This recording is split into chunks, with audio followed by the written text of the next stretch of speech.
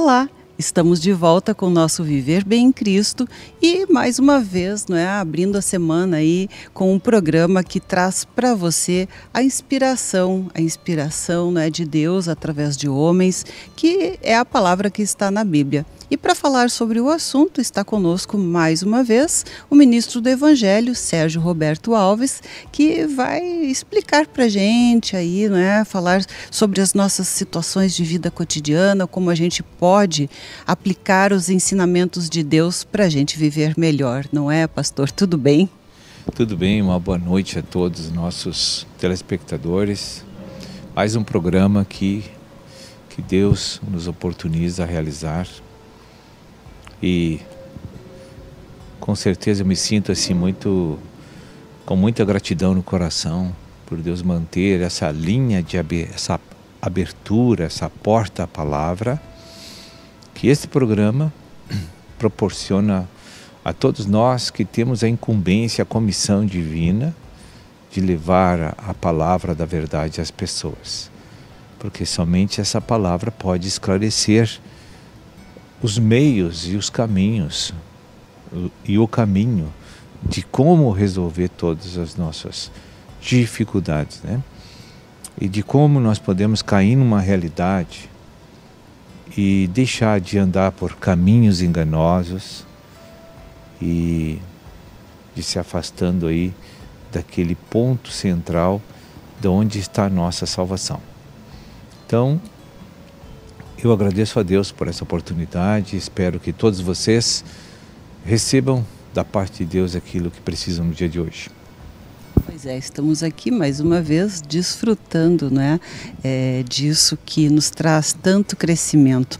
Mas pastor, em um momento onde só se fala de Covid, uma doença realmente muito séria, se fala só de doenças nesse momento e uma doença que está gerando tanto pânico, Eu gostaria de falar sobre o tema doenças hoje no programa.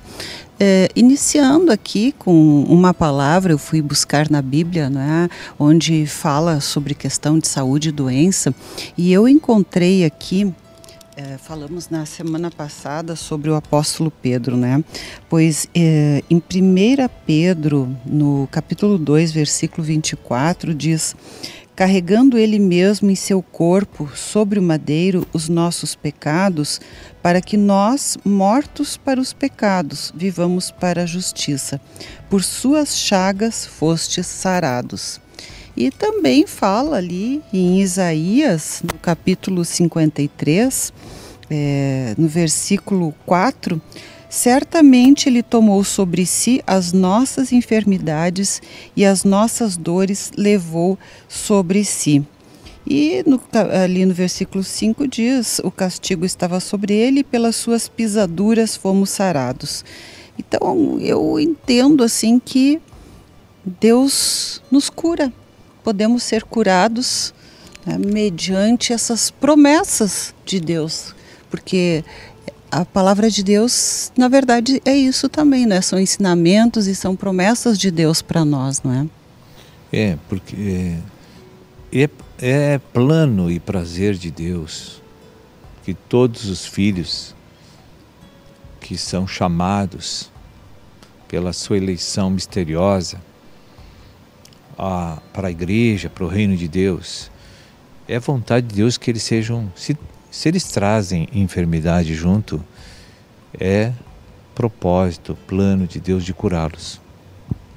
Isso é algo que para mim não é mais uma surpresa, porque eu estou há 31 anos vendo curas divinas, maravilhosas aqui, vendo o poder de Deus operar em fazer verdadeiros prodígios, milagres assim, de ver aqui Deus fazer nesses anos todos em minha experiência. Então, o Senhor diz assim, que a cura ela é concedida para que ela seja operada pelos servos de Deus. Não que Deus não possa fazer uma cura independente da presença de um ministro. Não estou falando disso, que isso é possível também. Já vi casos em que uma pessoa estava em leito do hospital e ele estava orando e ele estava crendo na palavra e ele invocando o nome do Senhor, e se ninguém orar por ele, se nenhum ministro chegar até ele, ele foi curado. Então, isso, até digo que nos últimos tempos aqui na igreja, o que eu mais vejo é Deus fazer cura sem a intervenção de um ministro. Só através das pregações, através das orações que são para todos, leitura de orações que são específicas, chamamento de Deus para fazer a obra de milagre. As pessoas estão recebendo. Agora mesmo, domingo, nesse último domingo, quem abriu o Pão de Judá e olhar o culto da igreja em Cachoeira no domingo, vai ver um testemunho de uma pessoa que os médicos afirmavam que ela levaria no mínimo 3 meses para voltar para casa do hospital. Ela voltou em 12 dias e ela tinha apenas 20% dos pulmões. E o médico disse, não, você esquece que isso aí vai ter sequelas, vai ter que ter fisioterapia, vai ter que ter isso, Mas essa pessoa, as enfermeiras liam uma oração para ela, daquelas orações que estão no aplicativo Pão de Judá. Se você deseja baixar esses aplicativos, gratuitamente tem tudo o que você precisa ouvir da parte de Deus ali dentro. Tem orações que são em áudio, tem orações que são em literaturas para você fazer. Para cada problema da nossa vida, tem uma oração específica que a gente pode clamar diante de Deus. Então o dom da cura é um dom que Deus deu a nós. Não são todos que Deus opera, mas muitos receberam esses dons de curar. E quando eles, em nome do nosso Senhor Jesus, eles se dirigem a uma pessoa enferma e doente, e a gente impõe as mãos sobre o doente, eles ficam curados. Como diz a Escritura, lá em Marcos 16, 18, imporão as mãos sobre os enfermos e eles ficarão curados. Noutra passagem de Tiago 5 diz assim, a oração do justo pode muito em seus efeitos. Tem alguém doente entre vós? Chame os presbíteros da igreja e ele unge o doente e a oração da fé curará o doente. E você acabou de ler 2 passagens poderosas de que Deus opera a cura divina. Bem, pastor, isso me lembra também de uma passagem, agora, né, puxando um pouquinho para o outro lado, acho que da questão da fé. Houve uma passagem em que Pedro foi orar para uma pessoa, né? Creio que Jesus disse, ora por ele, né? E Pedro orou e não teve resultado, né? E aí ele ficou muito frustrado, provavelmente, porque não conseguiu, e perguntaram para Jesus por que a gente não conseguir curar com a oração aquela pessoa. Aí tem determinadas castas demoníacas de enfermidade ou de possessão que só são removidas pelo poder do Senhor quando o vaso está muito consagrado. Que tem que estar o vaso é aquela pessoa. O ministro, o instrumento de Deus, que é o servo. Aquela pessoa tem que estar muito consagrada, tem que estar em jejum, tem que estar em oração, tem que ter uma vida assim mais de intimidade com o Espírito Santo. Então tem que fluir mais unção, porque aqueles espíritos que causaram aquele mal na pessoa, eles têm uma legalidade muito forte sobre aquela vida. E aí então a pessoa, tendo um nível de unção maior, consegue quebrar aquele compromisso e consegue expulsar aqueles demônios. Porque no próximo bloco a gente pode ver da onde vêm as doenças na nossa vida.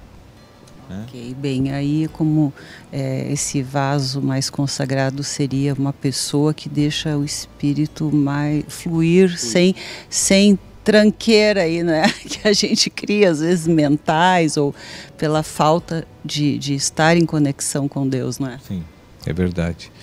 É necessário que a pessoa esteja sob uma intensificação do Espírito Santo. Para deixar o Espírito fluir, né? Bem, voltamos daqui a pouquinho com você. Verbo.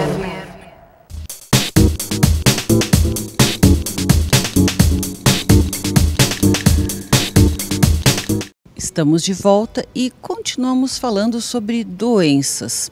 E abordando essa questão do Covid, Pastor Sérgio, eu gostaria de fazer um comentário sobre algumas situações que a gente se vê e as pessoas perguntam, né? Muitas pessoas morreram, estão morrendo ou irão morrer, provavelmente ainda, né, da Covid-19. Mas pessoas santificadas ou julgadas santas, digamos assim, pelos olhos humanos, morrem, e pessoas que são muito pecadoras também morrem. Né? E aí se questiona, mas por quê? Né? Como é que aquela pessoa que era tão santa morreu? E aí o outro, que a gente já julga, né, mal, né, porque a gente não pode julgar, não sabe nem o que, né, a pessoa realmente é, ou tem, ou fez, ou faz, não sei, mas a gente julga, né, como é que pode isso? Fulano que era tão bom morreu, ou santificado, né, pessoas da própria, cristãos mesmo, e outros, né, de uma má índole ou caráter, enfim, também morrem, todos morrem. Né? Então, essa questão às vezes é levantada. Isso tem uma explicação? Olha, depende de como a pessoa tem o conhecimento sobre o sentido de uma morte, sobre o ângulo espiritual e não racional e natural. O apóstolo Paulo certa vez disse uma frase que me chama muita atenção até hoje. Para mim, é bem melhor ser recolhido por Deus do que estar aqui. Mas, por causa dos interesses de Cristo, é necessário que eu fique aqui. Ele é um homem que conhecia os céus. Ele foi arrebatado ao terceiro céu, ele viu coisas inefáveis. Ele trouxe de lá 2/3 do Novo Testamento. Ele viu as coisas como é. Quando ele voltou de lá, ele voltou dizendo que a morte para ele era uma grande bênção. E agora, a morte para nós que vivemos aqui, não temos esse acesso a essa revelação, para nós a morte é uma tragédia das maiores. E realmente é uma tragédia para aquele que não está preparado. Mas para aquele que está preparado é uma grande bênção o recolhimento. Porque ele vai estar para a glória antecipada. Porque essa vida aqui é um piscar de olhos perto da eternidade.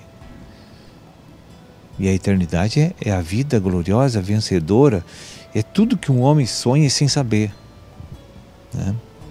É difícil eu conseguir compreender, né? Tenho essa noção bem clara até, né, do que diz na palavra de Deus, né, que a nossa vida aqui é um piscar de olhos, realmente, né, de certa forma. A gente consegue saber olhando para o nosso tempo de vida aqui e a eternidade, o que significa esse pequeno momentinho aqui. E é um piscar de olhos que para a gente parece um longo tempo, mas diante da eternidade, pensando de onde nós viemos e para onde cremos que iremos e esperamos isso, né? É realmente uma leve e momentânea tribulação, como também diz na Bíblia, né? Sofrida, mas, né, momentânea. O senhor falou num programa, né, que não importa como a pessoa morre, né? Então o importante é o que vem depois da morte. Porque tem pessoas que para morrer leva 30 segundos, 2 segundos, 3 segundos, ninguém sabe. Para outros eles ficam lá meses, anos num leito agonizando. Agora, não se explica isso. Eu vou ser franco assim, só genericamente eu sei que Deus está fazendo as coisas pelo lado certo e do modo certo. Agora, explicar o porquê, só quando a gente adentrar na eternidade é que vai saber explicar essas coisas. Porque Deus é justo e perfeito em todos os seus caminhos. Se uma pessoa está agonizando há 2 anos num leito e não morreu, ela precisa passar por aquilo. Ah, mas Deus é ruim? Não, Deus é bom para aquela pessoa. Deus ama aquela pessoa. E Deus sabe por que ela tem que passar por aquilo. Eu não sei, nem ela. Então, nossa avaliação é muito periférica nesse aspecto, muito ignorante. Está longe de uma realidade daquilo que Deus está fazendo. Então, é melhor não comentar do que comentar de forma que venha a transgredir a lei de Deus, entende? E achar Deus injusto. E realmente eu já tive situações na minha vida que eu também cheguei a pensar em pequenas frações de momentos, mas Deus podia me dar o livramento dessa dor, dessa dificuldade, né? Por que Ele está fazendo isso comigo? Porque precisava. Pastor, também há quem diga que a dor, o sofrimento, as doenças são castigo. E há outras, né, no lado oposto, que dizem que é purificação. Então, o que o senhor acha? De onde vêm as doenças? As doenças são castigo de Deus ou é purificação? As duas coisas. Não, eu não vou dizer a palavra castigo. Por exemplo, toda pessoa que transgride a lei de Deus sofre o dano e a consequência da transgressão. Dela própria. Dela própria. Então, foi ela que errou. Então, o mundo espiritual negativo das trevas, quando uma pessoa transgride a lei de Deus, inconsciente, o dano não é tão grande. Mas quando ela transgride conscientemente, o dano é maior. Ou seja, saber que está errado e mesmo assim praticar. Sim. Então as trevas e todos esses seres espirituais que habitam inclusive aqui nessa carne, eles vão trabalhar por dentro para produzir uma série de anomalias orgânicas em nós. Por exemplo, uma alma que é mente, vontade e emoções, que está constantemente tensa o dia inteiro, semana toda, está sempre sob tensão, sob nervosismo, sob terrorismo, sob medo das circunstâncias que vão acontecer. Aquela pessoa nunca descansa. E, ultimamente, realmente, o pânico tem sido muito prevalente entre as pessoas de todas as idades. Então, a pessoa, por ser assim, estar sob opressão constante, porque ela tem medo. O medo é quebra de princípio, não tem fé. Se Deus existe, ela é criatura de Deus ou filha de Deus, Deus vai guardar ela. É só fazer o certo. Então, se eu tenho um quadro de perturbação interna da minha alma, o que vai acontecer? Dentro de pouco tempo, esses acontecimentos que perturbam a minha vida, da minha alma, vai causar uma série de distúrbios hormonais no meu corpo e vai desencadear uma série de enfermidades e doenças ao longo dos anos, vai aparecer na minha vida, né? Por exemplo, uma pessoa que vive sempre sendo contenciosa com muitas pessoas e não sabe perdoar, daqui a pouco ela está cheia de nódulos por todo o corpo, né? Porque ela, em vez de perdoar para receber a paz, ela reprime para ficar perturbada. E aí todo o seu sistema nervoso fica desequilibrado. E o sistema nervoso influencia no muscular. Eu creio nisso. Não me lembro quem foi, uma médica me falou isso.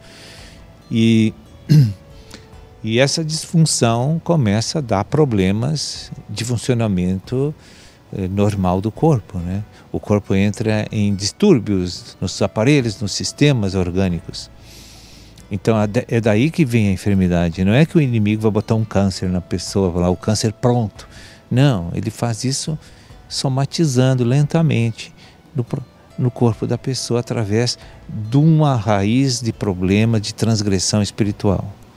Isso é comprovado cientificamente, né? Os distúrbios químicos, físicos que acontecem por conta de depressão, estresse, ansiedade, porque o nosso organismo produz algo, várias substâncias, na verdade, não é como uma defesa, só que essa defesa vai alterando todo um ciclo, uma cadeia química que provocam transformações caóticas, uma desordenação, digamos assim, do funcionamento, da estrutura das células, que acabam gerando então doenças e alterações da própria imunidade, que por sua vez também abrem uma brecha para as doenças, né? Isso é comprovado cientificamente. Eu acho que já disse isso aqui uma vez, quando eu realizei minha tese de doutorado, quando fiz a geriatria. Foi sobre a associação de depressão com doenças crônico-degenerativas. E realmente existe uma grande associação de uma porção de doenças, né? Mais de 20 doenças relacionadas à depressão, que é um distúrbio químico, né? E que daí tem, né, conforme o senhor disse, tem suas consequências e cuja origem é essa desordem espiritual também, não é? Porque veja bem, se uma alma vive o padrão que não é de Deus, só tem 2 padrões no mundo: vida, bem e mal. Ninguém vive fora desses 3. Né? E quem vive o bem, vive o mal também. Agora, quem tem a vida, tem possibilidade de se livrar do bem e do mal rapidamente e achar o equilíbrio de vida. A vida são os princípios divinos. Quando se fala vida, fala de pessoa de Deus. Controle de Deus, natureza de Deus dentro dela. Então, isso é um processo que depende da pessoa. Você pode acelerar, pode ser lento, pode-se nem terminar esse processo aqui durante sua vida. Mas ninguém vive nesse planeta a não ser por esses 2 caminhos: o bem e mal ou vida. Bem, para complementar e também encerrando já nosso programa, né, eu quero enfatizar aqui que nos últimos congressos que tenho participado, existe realmente por parte dos cientistas, nomes, médicos de renome nacionalmente, de grandes hospitais, que vão palestrar sobre a associação da espiritualidade, uma pessoa espiritualizada, com as curas. Então, está no caminho da ciência, ou melhor, a ciência está no caminho desvendando todas essas coisas e vendo que há, sim, uma relação espírito, alma e corpo. Então, gente, vamos encerrando por aqui, mas semana que vem estaremos de volta. Até lá. Amém. Eu agradeço a presença, a minha participação aqui no programa, e que Deus abençoe a todos vocês. Obrigada também e até logo mais. Verbo.